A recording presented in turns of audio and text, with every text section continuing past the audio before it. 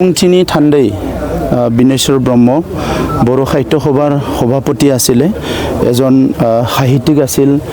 পণ্ডিত আছিলে বড়ো জনগোষ্ঠীৰ এজন মাৰ্গদৰ্শক আছিলে আৰু তেখেতক ক'বলৈ গ'লে বড়ো জনগোষ্ঠীৰ এজন আগশাৰীৰ নেতা যিসকল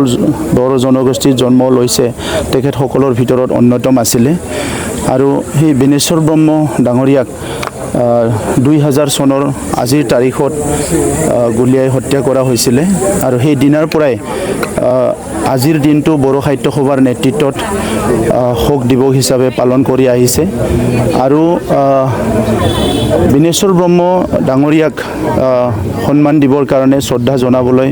প্ৰত্যেক বছৰে বড়োৰ সকলো দল সংগঠন নেতৃবৃন্দ ইয়াত উপস্থিত হয়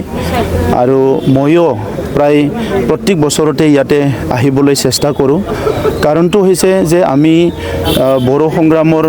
তৃতীয় জেনেৰেশ্যন হিচাপে সেই সময়ত তেখেতক লগ পাইছিলোঁ যি সময়ত বহুত ক্ৰাইচিছ চলি আছিলে ভাইলেন্স চলি আছিলে হিংসা চলি আছিলে সেইখিনি সময়ত সমাজক সঠিক পথেদি আগবাঢ়ি নিবৰ কাৰণে আৰু জনগোষ্ঠীটোক ন্যায় প্ৰদান কৰিবৰ কাৰণে বিভিন্ন কাম কাজবিলাক চৰকাৰে যেনেকৈ কৰিব লাগে সেইবিলাক আগুৱাই নিয়াৰ কাৰণে তেখেতে দায়িত্ব লৈছিলে আৰু বড়ো জনগোষ্ঠীৰ যিটো বিভাজিত এটা পৰিৱেশ আছিলে সেই সময়ত সেইটো একত্ৰীকৰণ কৰাৰ কাৰণেও তেখেতে চিন্তা কৰিছিলে যাতে এটা সুস্থ পৰিৱেশ আনিব পাৰে আৰু সুস্থ পৰিৱেশ আনিলেহে আমাৰ সামাজিক অৰ্থনৈতিক ৰাজনীতি সকলো দিশত আগুৱাই যাব পাৰিব এই কথাটো তেখেতে চিন্তা কৰিছিলে গতিকে আজি বিনেশ্বৰ দা 2000 চনত হেৰাই গ'ল কিন্তু আজিলৈকে আমি তেখেতক জীৱিত অৱস্থাতে থকা যেন পাওঁ কাৰণ তেখেতে যিবিলাক কথা কৈছে বা আমি সেইখিনি সময়ত তেখেতৰ পৰা শুনিছিলোঁ এই প্ৰত্যেকটো কথাই আখৰে আখৰে আজিৰ দিনতো ৰিলেভেণ্ট হিচাপে আছে আৰু আমি সেইটোৰ ওপৰতে কাম কৰি আছোঁ গতিকে মই প্ৰথমে তেখেতৰ স্বৰ্গীয় আত্মাৰ প্ৰতি মোৰ শ্ৰদ্ধাঞ্জলি জনাইছোঁ তেখেতৰ পৰিয়ালৰ প্ৰত্যেকজন সদস্যলৈ মই সমবেদনা জ্ঞাপন কৰাৰ লগতে মোৰ তৰফৰ পৰা মই মৰম যাচিছোঁ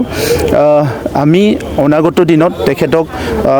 শ্ৰদ্ধা দিয়াৰ কাৰণে তেখেতৰ যিটো আদৰ্শ নীতি তেখেতৰ চিন্তাধাৰাবিলাক সজীৱিত কৰি ৰাখি বড়ো জনগোষ্ঠীক আগুৱাই নিয়াৰ কাৰণে সদায় কাম কৰি যাম আজি ইয়াত গৌৰাঙত তেখেতৰ ষ্টেচুটো নিৰ্মাণ কৰা হৈছে আৰু এই বছৰৰ ভিতৰতে প্ৰায় 2 কোটি টকা খৰচ কৰি এই গোটেই পাৰ্কটো ডেভেলপ কৰা হ'ব যাতে তেখেতৰ যিটো আজি